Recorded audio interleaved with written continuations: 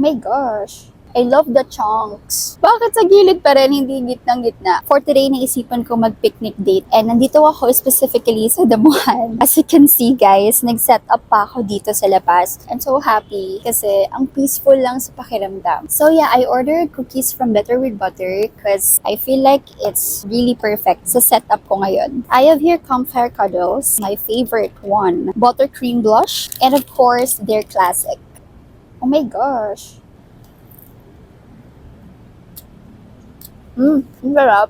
I love it. By the way guys, while eating cookies, gagawa rin ako ng clay. So ito na yung mga Play-Doh ko. Napag-isipan ko na every time gagawa ako ng clay, gusto ko nandito ako sa grass para ma-feel ko na bata pa rin ako. Next naman, Buttercream Blush. Ito masarap din to. Ay! Ang galing! Ay, hindi pa rin! Bakit sa gilid pa rin, hindi gitnang-gitna? Ang sarap. Hindi ko ma-explain talaga tong gitna, pero masarap siya. Para siyang cheesy na something. I don't know. Ang galing lang.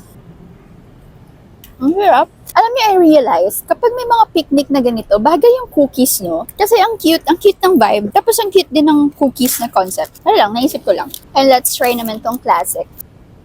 Ay! In fairness, first time. I love the chunks. My gosh. Sarap. Siyempre, hindi ko ubusin lahat to kasi matagal pa ako magsistay dito. Kailangan meron akong ginunguya. Don't forget to drink water.